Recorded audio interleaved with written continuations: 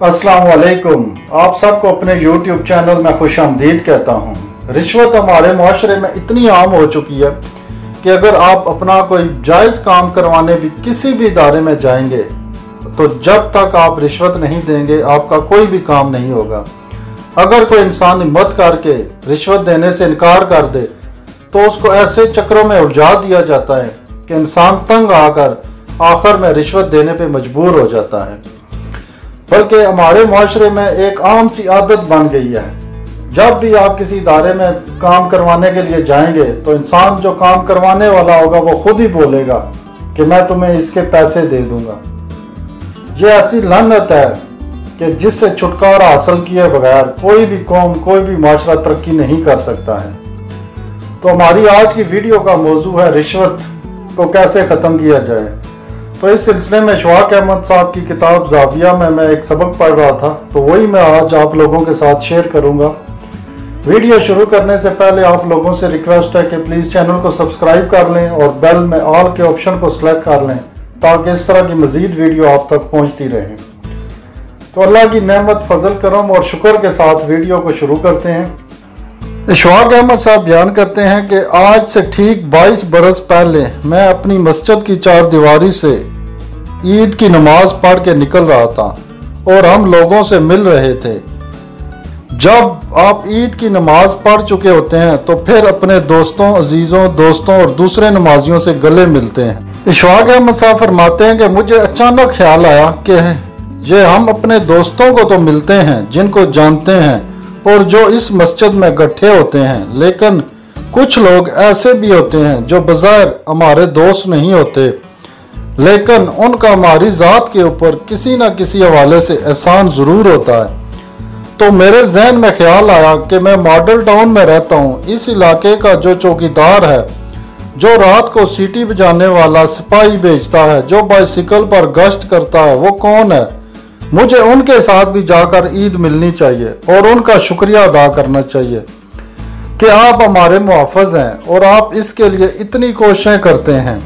चुनाचे मुझे पता नहीं था कि हमारा थाना कहाँ है। मैंने लोगों से पूछा, उन्होंने कहा ए ब्लॉक में। तो मैं गाड़ी लेकर वहाँ गया कि उनसे मिलूं।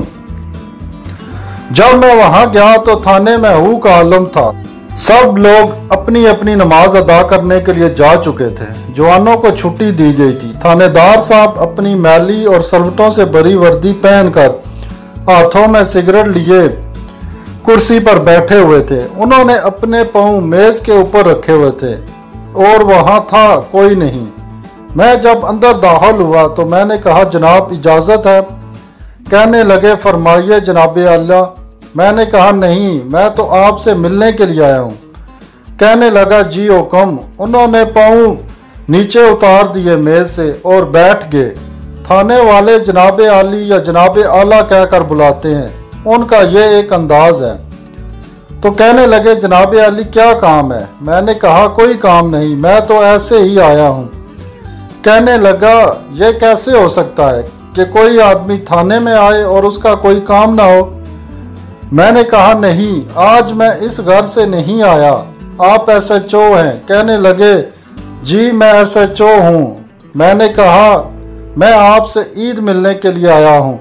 तो वो बड़े हैरान से हुए और कहने लगे, बड़ी मेहरबानी, वालेकुम ईद मुबारक। मैंने कहा, देखिए थानेदार साहब, वालेकुम ईद मुबारक ऐसे तो नहीं हो जाती, आपको उठकर खड़े होना पड़ेगा और फिर मेरे साथ ईद मिलना पड़ेगी। ये तो कोई तरीका ना हुआ ईद मिलने का। मैं इतनी दूर से आया हूँ। उनको मेरी बात समझ में नहीं आई तो मैंने गुस्ताखी करते हुए उनके कंधों से पकड़कर जहाँ उनके स्टार लगे हुए थे उनको ऊपर उठाया तो खड़े हो गए तो मैंने उनको एक जफ्फी डाली तो वो ज़रा घबरा गए। मैंने दूसरी तरफ सर किया जो अंदाज होता है तो उन्होंने इतनी ज़ोर से रोना शुरू कर दिया और मैं डर गया कि या अल्लाह ये क्या हो गया है। बहुत ऊंची आवाज़ में, इतना बड़ा थानेदार, भारी भरगम जिस्म का आदमी और ऊंची आवाज़ में रोने लगा तो मैं बिल्कुल लर्जा। तो वो तीसरा सर मैंने नहीं किया। रोते उन्होंने कहा, जनाब अली, अगर आप सच्चे आदमी हैं तो मैं आपको यकीन दिलाता हूँ कि 19 बरस की सर्विस में ये पहला मौका है कि कोई शख्स मुझे ईद मिलने आया है, किसी ने आकर मुझे जफ्फी डाली है, वरना मैं और मेरी सारी कौम जो कि थाने की अछूत है, हम चंडाल हैं और हम चोर हैं और हमको कोई भी इंसान नहीं समझता। 19 बरस की सर्विस में आज पहली मर्तबा मुझे इंसान समझा है। अगर आप, मैंने कहा बिल्कुल, मैं इतनी दूर से चल कर आया हूँ और आप जैसा और कोई इंसान भी नहीं। लोगों ने हमारे दरमियान बहुत बड़ा खला और बहुत बड़ी खलीज पैदा कर रखी है। लोग हमारे करीब नहीं आते, हम लोगों के करीब नहीं जानते। यह गलती पता नहीं कहाँ से शुरू हुई है और क्यों हुई है, और हम चाहते हैं कि हम मिलें, लेकिन हमारे ऊपर एक ऐसी शर्मिंदगी की चादर तनी हुई है कि हम मिल नहीं सकते। आप चूंकि बड़े लोग हैं इसलिए आप हमारे करीब नहीं आते, तो फिर बार बार मुझसे पूछते क्या आप सचमुच मुझसे मिलने आए हैं। तो मैंने कहा मैं सचमुच आपसे ईमानदारी से अल्लाह रसूल को हाज़र नाज़र जान कर कहता हूँ, मैं मस्जिद से निकला हूँ, अभी मैं घर नहीं गया, आपसे मिलने आया हूँ। तो फिर कहने लगे आप बैठे मेरे साथ चाय पिए। मैंने कहा मैं ज़रूर बैठूंगा और ज़रूर चाय पीऊंगा, इससे अच्छी और क्या बात हो सकती है। जब मैं उनसे मिलकर चला तो मेरे दिल में ख्याल आया घर जाते जाते कि यह मोहब्बत की वो कमी है जिसकी आमदोरफ्त हमारे दरमियान में रुक चुकी है, और हम एक दूसरे को जानते नहीं हैं और एक दूसरे को पहचानते नहीं हैं, और इसमें बहुत बड़ी ऊंची दीवारें हैं जो हमारे दरमियान खड़ी कर दी गई हैं। तो ख़वातीन और हज़रात, हमने इस पर कभी गौर नहीं किया कि लोगों को पैसे की, रुपए की इतनी ज़रूरत नहीं होती जितनी एहतराम की, इज़्ज़त नफ्स की, तौक़ीर ज़ात की होती है। और हमारे मुल्क में बदकिस्मती से इसका रवाज बड़ा कम है और हमने कभी इस बात की तरफ तवज्जो नहीं दी।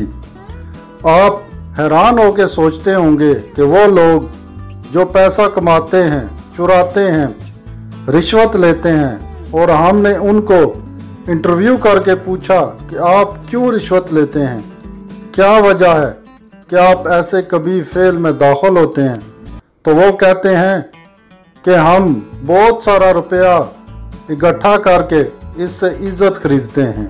पैसा ज़्यादा होगा तो देखिए ना, फिर आप उनको सलाम करेंगे, वो इज्जत खरीदते हैं नाजायज़ तरीके से, और जब खरीद चुकते हैं तो फिर मोतबर बनते हैं, बड़ी कार में बैठते हैं, हाथ में टेलीफोन उठाते हैं और दूसरे में कलाशनकोफ होती है। आप कहते हैं सलाम चौधरी साहब, अगर ये सब कुछ किए बगैर साहिबान इज्जत को इज्जत अता की जाए तो कोई भी रिश्वत लेने जैसा कभी काम नहीं करेगा।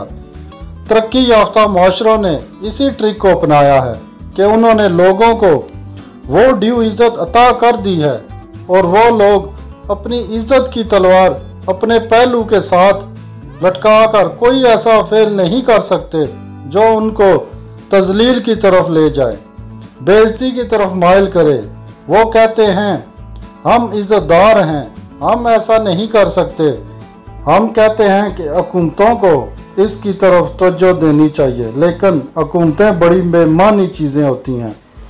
एक दूसरे की बीमार पुरसी, एक दूसरे की मिजाज पुरसी इंसान ही करते हैं, वही एक दूसरे का पालन कर सकते हैं, वही एक दूसरे को सहारा दे सकते हैं, हुकूमतें कभी नहीं दे सकती।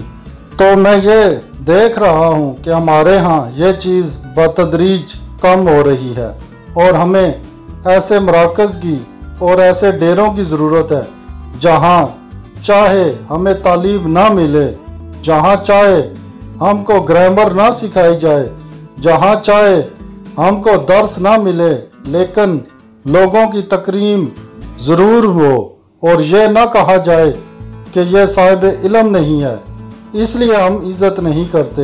हम ये कहेंगे क्योंकि ये इंसान है और ये हज़रत आदम की औलाद है, इसलिए हम इसकी इज़्ज़त ज़रूर करेंगे। हमारे डेरे पर एक दफ़ा एक नौजवान आया, इस्लामिया कॉलेज का स्टूडेंट था, बड़ा अच्छा, और वो साइकिल पर चढ़ा हुआ साइकिल के साथ ही अंदर आ गया। तो जहाँ बाबा जी बैठे थे चरपाई के ऊपर, वहाँ पाए पर पाँव रख कर कहने लगा, अबा तू लोगों को क्या गलत तालीम दे रहा है और इनको उल्टी उल्टी बातें पढ़ा रहा है। इस पर हम सब नाराज हुए कि जनाब ये क्या बात हुई।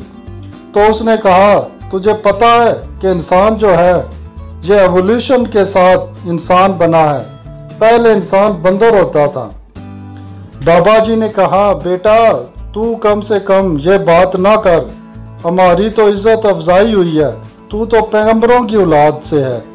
हम बड़े हैरान हुए, कहने लगे ये बाबा आदम का बेटा हमारे पास तशरीफ लाया है, अपने आप को कभी भी बंदरों की औलाद ना कहना, तुम नबियों की औलाद हो। अब जब उसने ये बात सुनी कि वो नबियों की औलाद है तो वो इस बात पर बहुत खुश हुआ और फिर एक और तरफ से एक और रुख लेकर चला गया। ये थी हमारी आज की वीडियो। उम्मीद करता हूँ कि आप लोगों को पसंद आई होगी। तो हमें एक दूसरे को लाजमी जो जितना उसका हक है उतनी इज्जत देनी चाहिए। मिलते हैं नेक्स्ट वीडियो में, तब तक के लिए इजाज़त दीजिए। अल्लाह।